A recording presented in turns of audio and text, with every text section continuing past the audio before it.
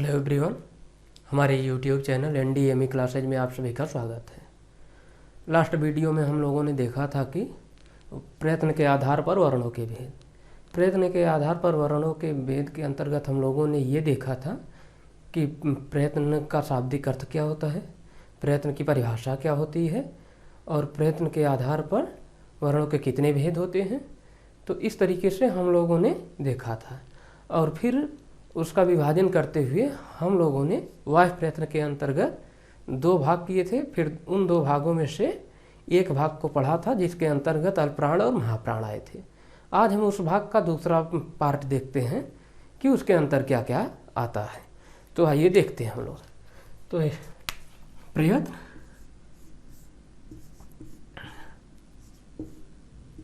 प्रयत्न के अंतर्गत दो आए थे, दो भाग होते हैं इसके, एक आभ्यंतर प्रयत्न और दूसरा बाह्य प्रयत्न। तो दूसरा हम बाह्य प्रयत्न देख रहे थे। फिर बाह्य प्रयत्न के अंतर्गत भी दो भेद होते थे। कौन कौन से? एक तारत्व या कंपन के आधार पर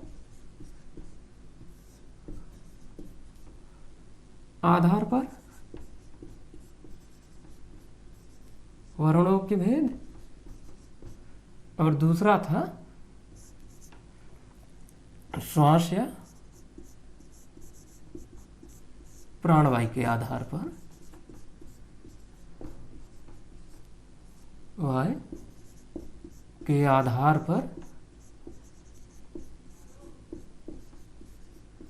और वर्णों के भेद।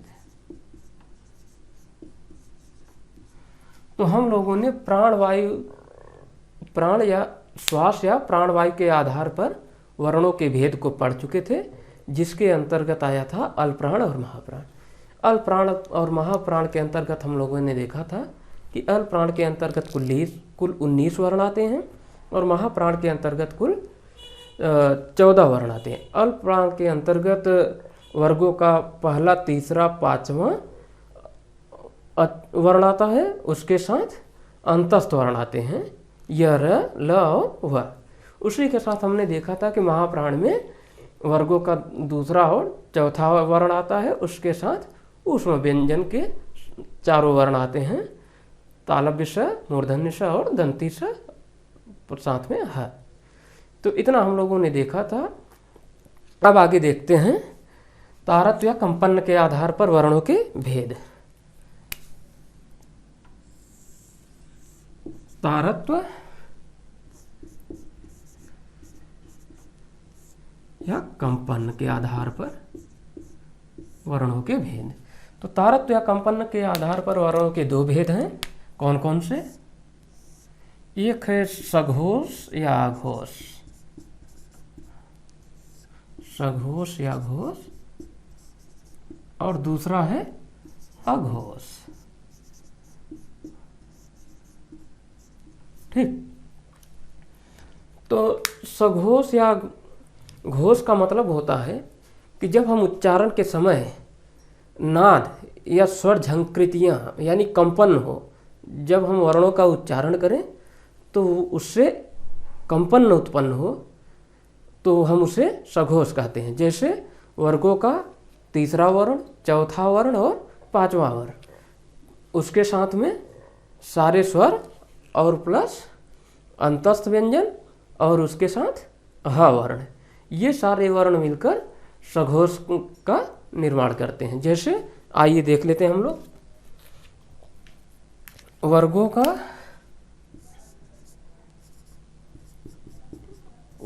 का तीसरा, चौथा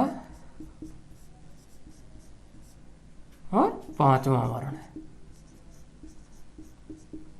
आपको तो पता ही है वर्गों का तीसरा, चौथा और पांचवा वर्ण कौन कौन सा होता है। तो तीसरा वर्ण क्या है? क वर्ग के अंतर्गत ग,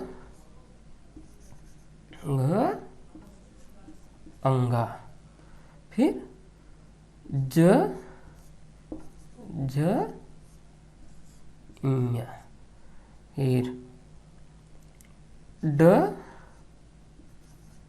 ढ आड़ा, फिर द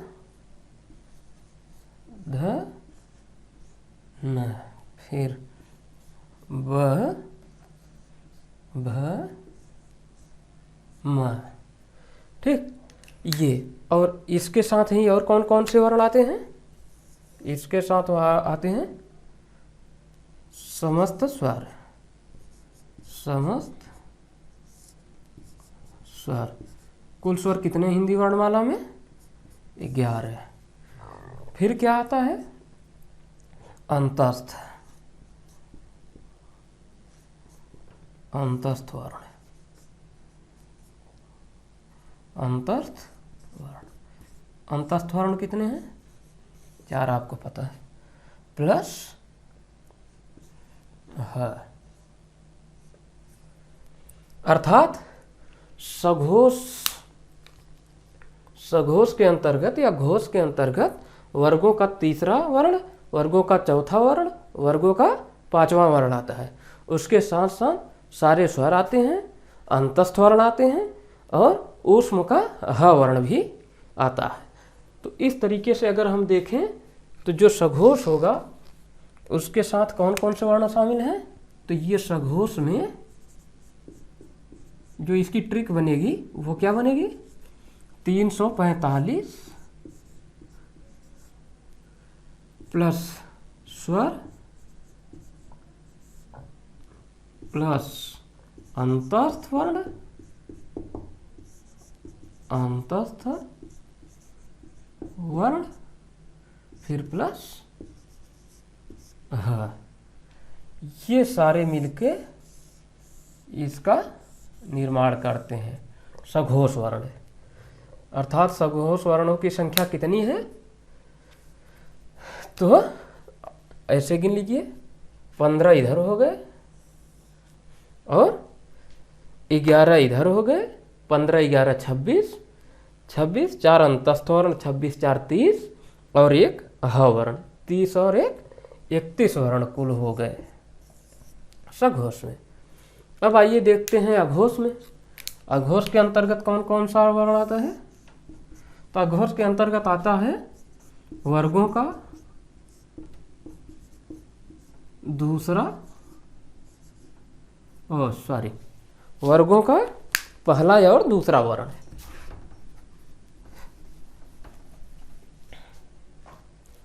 वर्गों का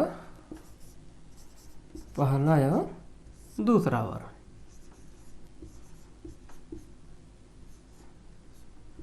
दूसरा वर्ण, ठीक। तो पहला और दूसरा वर्ण कौन कौन सा है हम लोग देख लेते हैं। क, ख, च, छ, ट, ठ, त, थ, प और फ। इसके साथ और क्या आता है? तो इसके साथ जो आता है वो ऊष्म वर्ण का 3 अक्षर आते हैं। वो ऊष्म वर्ण के 3 अक्षर कौन कौन से हैं? तो तालव्य स, मूर्धन्य स और दंती स। इस तरीके से अघोष वर्ण के अंतर्गत कुल कितने वर्ण आएंगे? तो 13 वर्ण आएंगे। आपसे पूछ लिया जाए एग्जाम में कि अघोष वर्ण के अंतर्गत वर्णों की कुल संख्या कितनी है? तो 13 वर्ण है। और पूछ लिया जाए कि सघोष वर्ण के अंतर्गत वर्णों की संख्या कितनी है? तो कुल 31 वर्ण है।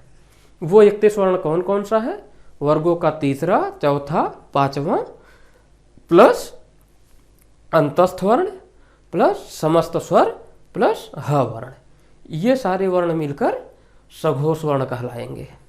तो यानी कहा जाए कि सघोष वर्णों की कुल संख्या कितनी? तो 31। अघोष वर्णों की संख्या कुल कितनी है? तो 13। अघोष वर्ण का जो ट्रिक बनेगा वो क्या होगा? वो यही बनेगा कि यहाँ पर जो ट्रिक होगी वो 12 प्लस स।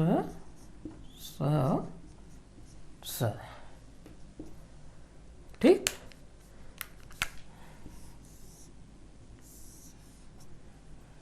यहाँ 12 का क्या मतलब है? 12 का मतलब है कि पहला और दूसरा वर्ण। पहला दूसरा वर्ण मतलब वर्गों का पहला वर्ण क, दूसरा वर्ण ख। ठीक। इसी तरीके से च, फिर छ, फिर ट, फिर थ, फिर त, फिर थ, फिर प और फ, प्लस ऊष्म वर्ण, तालव्य स, मूर्धन्य स और दंती स। ठीक है। इस तरीके से हमारा जो टॉपिक था वाह्य प्रयत्न, वाह्य प्रयत्न के अंतर्गत 2 भाग किए गए। पहला भाग हुआ तारत्य कंपन के आधार पर वर्णों के भेद। तो तारत्य कंपन के आधार पर वाह्य प्रयत्न 2 प्रकार के हैं, सघोष और अघोष। सघोष के अंतर्गत 31 वर्ण आते हैं, अघोष के अंतर्गत 13 वर्ण आते हैं। इसी तरीके से हम लोगों ने देखा था श्वास या प्राणवायु के आधार पर वर्णों के भेद। तो श्वास या प्राणवायु के आधार पर वर्णों के 2 भेद थे, अल्पप्राण और महाप्राण। अल्पप्राण के अंतर्गत वर्गों का पहला वर्ण, वर्गों का तीसरा वर्ण और वर्गों का 5वां वर्ण, साथ में अंतस्थ वर्ण है। इस तरीके से जो अल्पप्राण के अंतर्गत कुल वर्णों की संख्या थी वो 19 थी। दूसरा महाप्राण, महाप्राण के अंतर्गत जो वर्ण थे वो वर्गों के दूसरा और वर्गों का चौथा वर्ण और साथ में ऊष्म वर्ण। ऊष्म वर्ण कौन कौन से? तालव्य स, मूर्धन्य स, दंती स और ह। इस तरीके से जो महाप्राण था, महाप्राण की कुल संख्या 14 थी। ठीक।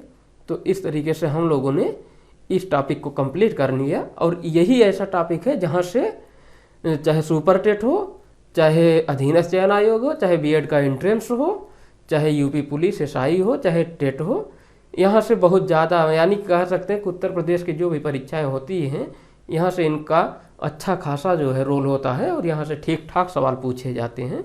तो यहाँ से आप जो है ट्रिक के माध्यम से और डायग्राम के माध्यम से जो समझे उसको आप अपनी समझ बनाए रखिए, नोट्स में लिख लीजिए, उसको रिवाइज करिए ताकि आगामी परीक्षाओं में आपको किसी प्रकार की कोई परेशानी ना हो। धन्यवाद।